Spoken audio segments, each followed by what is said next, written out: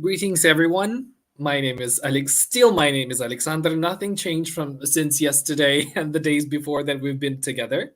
So my name is Alexander Villero. I'm one of the Education USA advisors and also outreach coordinator here at Education USA. So this week we are telling you more about the education in the States. Basically, we are giving you the guidance through the whole process. And today we're going to discuss 5 steps to the United States study. So we're starting from the how to find the right college and how to secure your student visa. And for this, I invited our one of our Education USA advisors, who is Umid Abidjanov. Umid, nice to see you here. Thank you for finding time for us. And the floor is yours. Hey, hello everyone. My name is Amit. I'm an Education USA advisor, and today we're going to talk about the 5 steps towards US studies. And let's begin. So, a little bit of background information about Education USA. It is the official source on US higher education. There are over 430 international student advising centers across more than 175 countries and territories. And we are dedicated to promoting US higher education globally, providing accurate, comprehensive, and up-to-date information. So you can visit our Education USA virtual project. With us, you can apply to any US universities from anywhere in the world. You can get a real student support with advisors, just like me. You can get access to interactive webinars, and as well as the useful resources and materials. So also, you can find community of like-minded individuals and also have an access to informational courses which can benefit you in some ways. Also, you can follow us on social media platforms on Facebook, Telegram, LinkedIn, and etc. So let's begin. So today we're going to start with the 5 steps. Here are these 5 steps towards US study. You can use 6, 7, 8 steps, but it's just our recommendation based on our experience. So the first step is to research your options. You need to learn about the variety of options available and how to identify your institution that best fits your needs. So firstly, what does it mean? You have to research. This is one of the hardest part because you have to answer to yourself, what program do you want to apply to? There are thousands of programs, more than 5,000 universities, and you have to find the one that is right for you. When you find this university, you should check their requirements, because first of all, each university has its own different requirements. Of course, there are like a common application and standardized test, etc., but each university has its own admission requirements. So you have to research your options. I think that one of the most crucial parts, because finding the right university that suits you is very essential. Of course, second step is financing your study. So let's say you found a perfect university, but you're not able to finance it. Well, you have to explore options or to check out university financial aid opportunity list. Again, each individual university has its own admission requirements and merit-based scholarships or some kind of other grants or credit loans or etc. So you need to research your options and you need to finance your studies. Maybe if you have enough money and you have a capability and you're able to afford, it's not a problem for you. But in the most cases, students who are willing to apply to US universities, they are struggling with financing their studies.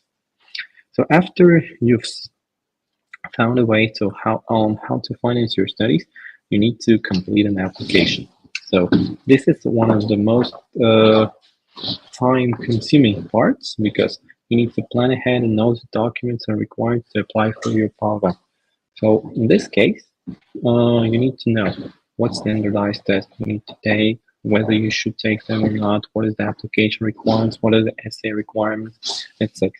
In this case, you need to prepare for your standardized tests and you need to fill in your application. So again, after if you're applying for a scholarship, you need to complete application according to a scholarship procedure. If you're applying to pay to, if you're willing to pay for your tuition, then you are applying to your admission procedure meets a different criteria.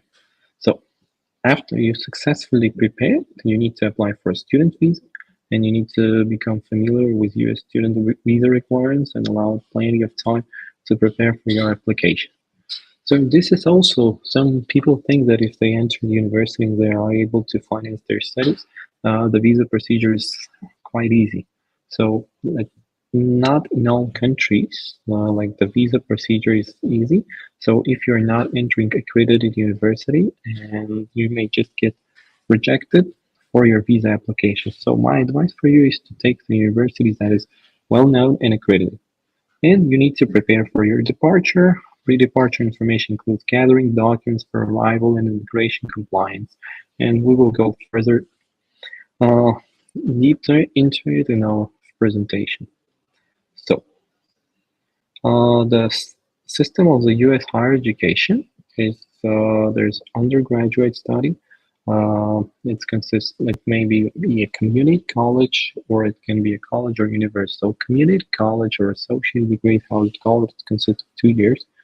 In colleges, universities, that's the traditional ones, and they can give you a full bachelor or undergraduate degree. They are considered of 4 years.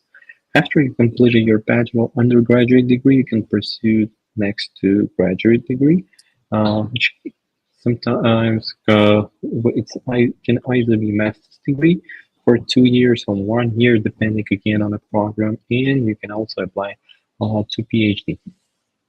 So for PhD, it's from 3 to 5 years, again, depending on the program requirements. Also, there's like a specialized professional studies, like medical school and law school, which you have to study for 3 years, and you have to go to medical school or law school and take a little bit of different procedure. So let's start with the first one, how to choose a program in the university. So first of all, you need to apply at least to 10 or 15 universities. And why does it happen? Because there you have to increase the chances of successful admission into the university. So you have to have a list of dream universities that you have a dream, for example, like a top university, but you also need to assess your capabilities and your opportunities, whether you can afford it or not. And that's why you need to have as more chances as you need. So we should remember that each university has an application fee, which you have to pay. And also there is a waiver, but again, you need to research your option and look at the official information on each university website in order to apply. Then next, you have to submit your documents in the winter or fall of 11th grade, or if you have 12th grade system, it's a 12th in the beginning of your last year. So why it's happening? Because most of the university's deadline is finished by the first semester or until January, or if you're in early decision, or if you're in applying a scholarship, it's also in autumn, fall. And you need time to prepare for tests. So if you're studying until 11th grade, my advice for you is to have your standardized test, TOEFL, SAT, ACT, IELTS, or whatever, before you enter the last year of your school. So universities' requirements may vary. So some of them require IELTS, some of them don't require. And some of them require SAT, some of them don't. So you need to read each university's requirement carefully. And there are strict deadlines. Early application starts in November. So if you miss the deadline, there is no way you are going to apply for the university. So there's a huge selection of colleges and universities. That's why you need to research which one fits best for you. So you need to know what program you're applying to, which university has the best programs. For example, if you want to study biology, which university has the best biology major, and etc. So Next is different universities with unique characteristics. So what do you expect after graduating university? So if you are expecting to get a career or you want to have do a scientific choose a scientific path. So each university offer various opportunities for students. So you need to also research that and important selection criteria for you. So you need to know whether you want to whether the climate is very important for you or the social life of the university, and you find the best fit university for you. So in my opinion, you should choose the right university. So that's not that university has to choose you. You have to choose the university that suits best your interests, and in this way, you're most likely to get accepted. So important factors for choosing your university. So you should identify your priorities. What are your academic interests? Here you can look into the educational programs.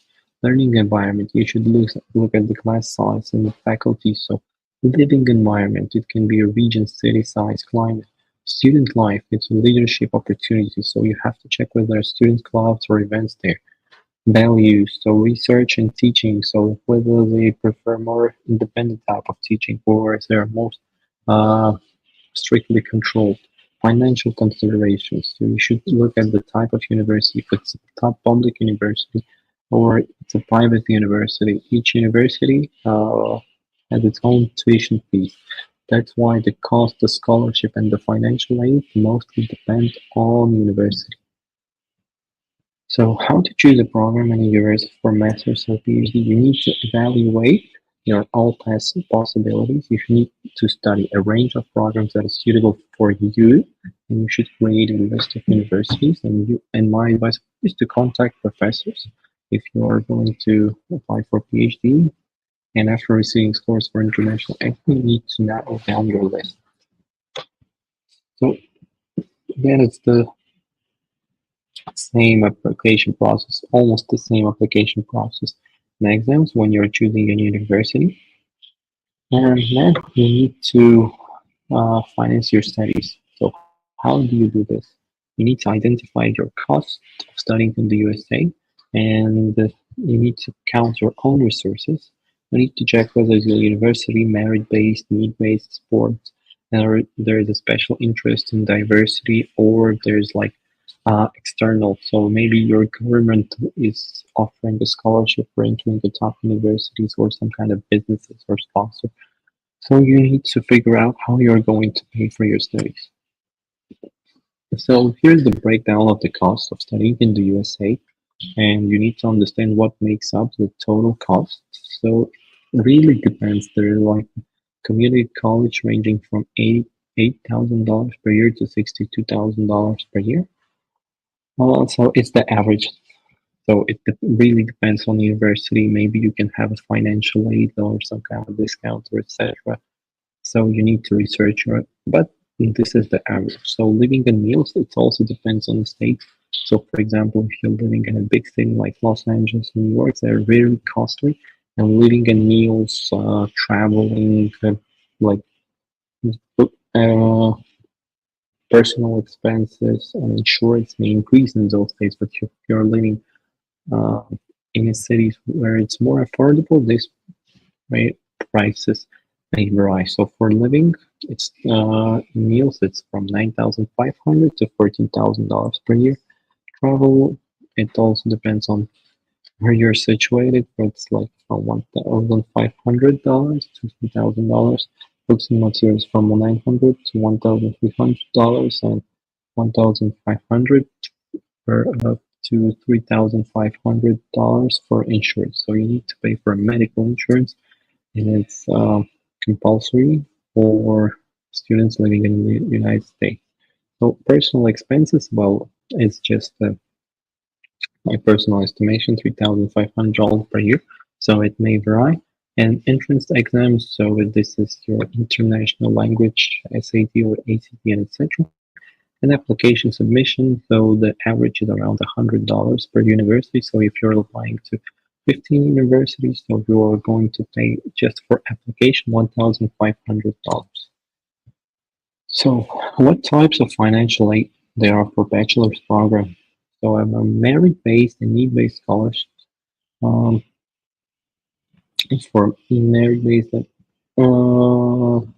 so there are different types of financial aid for bachelor programs. So the first one is a merit-based and need-based scholarship.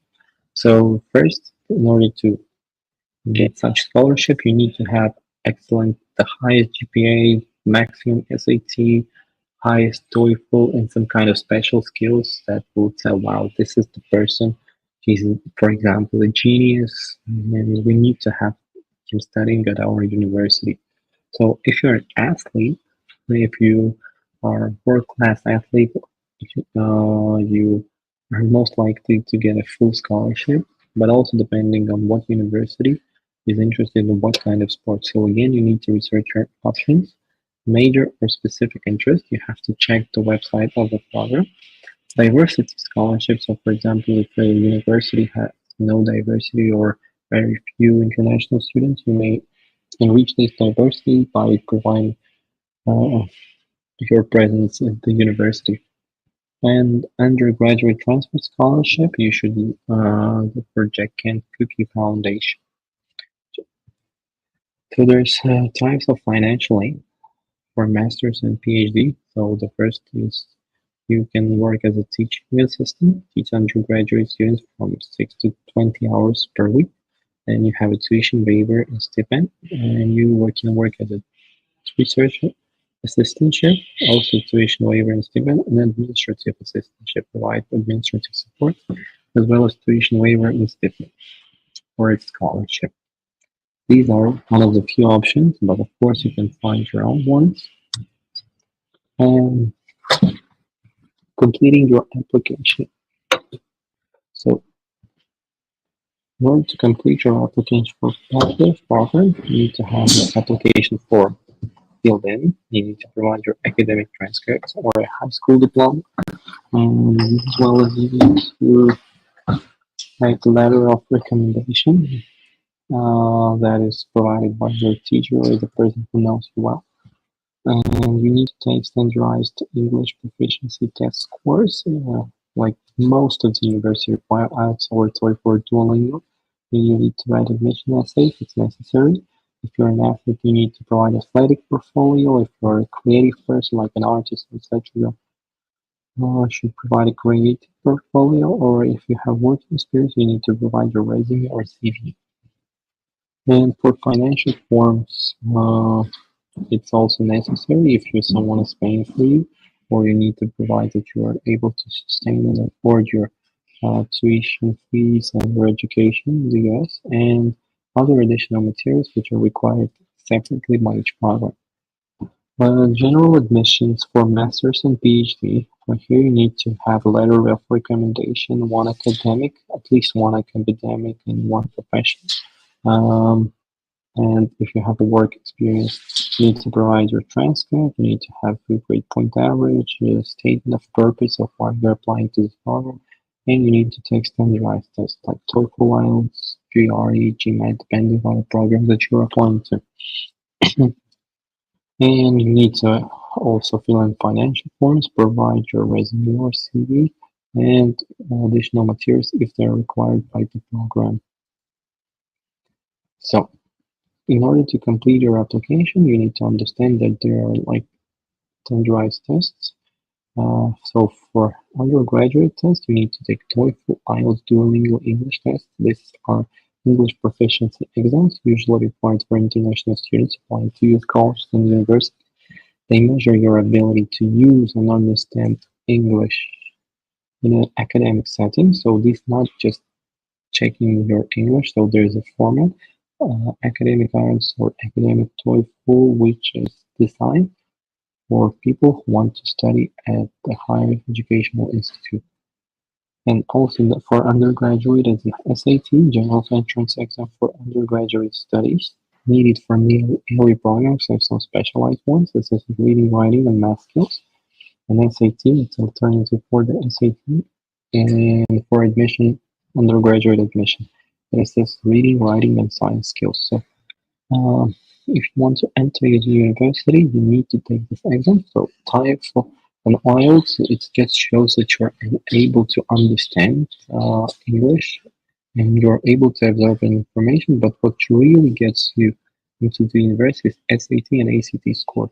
So a TOEFL will just show, okay, he's the same level as our US students, but in order to check your intellectual capabilities, you need to also have a high scores of SAT and ACT. But some universities require just TOEFL, IELTS, or Duolingo. Again, it depends on the type of your program. So graduate test. Graduate test, you also may take IELTS or TOEFL, but again, depending on your program requirements. So there are like 4 major tests that you need to take. It's GRE.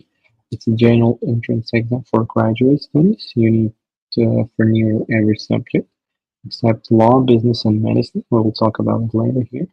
So it scores reading, writing, and math skills. GRE subject tests may be necessary for PhD applicants.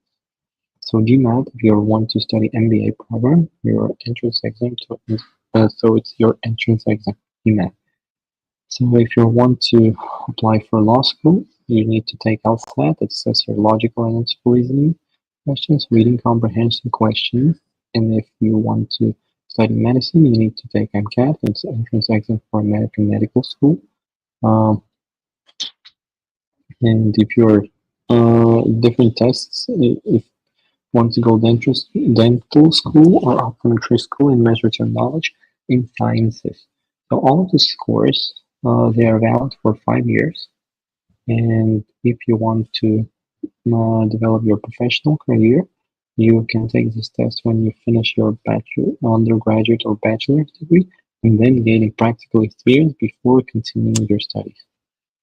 So completing application deadlines for a regular decision, it's most of the deadlines are in fall. Usually fall in January and likely to receive decision by April. Early action is usually at the beginning of November, received by mid-December. An early decision often fall in early November. However, it's final decision. Students who apply an early decision agree to attend college if admitted and offer the satisfactory financial aid package. Enrolling admission, evaluate application as they come and usually notify applicants of admission decision within a few weeks of receiving the required documents. And transfer admission varies by institution, but typically falls in the spring. So now we're going to student visa. So after you're being admitted to university, doesn't mean that you will attend the university and you'll be granted visa. So the requirements for visa process may depend on your place of residence and citizenship. It is recommended to explore information about this step after getting admitted to US university, or discuss with advisors where to find relevant information after being accepted into US institution. So let me get back to it. So my advice for you is, in order to get a visa, you need to first get into accredited universities. So for a counselor, there will be no questions that your purpose of visit of the United States is to get an education, and that this type of quality of education is not available here. And you should show that you're able to finance your studies, and it should be transparent. So if you're paying for your tuition, you should show that it was paid, and you will have enough money to be able to sustain yourself, and you're not going to work illegally there. You need to show your financial well-being. And if you're getting a scholarship, you need to also provide it that you have received the scholarship, and if it's provided by university, it makes your life smoother. But if you are getting paid by a sponsor or a local government authority, you also need to provide a document that supports your application. And if all of the 4 steps are successful, the most pleasant one is to prepare for your departure. If you successfully navigate the previous steps and reach the stage of preparing for departure, of course, we're going to share essential information required for effective packing, traveling to campus in both academic and everyday life. So, when all is said and done, You can register on the platform myeducationusa.online and get access to virtual courses for self-preparation, online events about the admission process in the USA. You can get the calendar for scheduling consultations with an advisor. You can again follow us on social medias and Telegram, and you can write us to directly to your virtual chat, or you can connect to us to Education USA virtual in LinkedIn. Also, you can join our interactive map to create a great way to discover like-minded individuals, review and perhaps even organize meetings to exchange experience and insights. So you always need to do your best, rest assured, and you will definitely complete all 5 steps and successfully enroll to US institution. So Thank you, Umid, so much for the presentation. So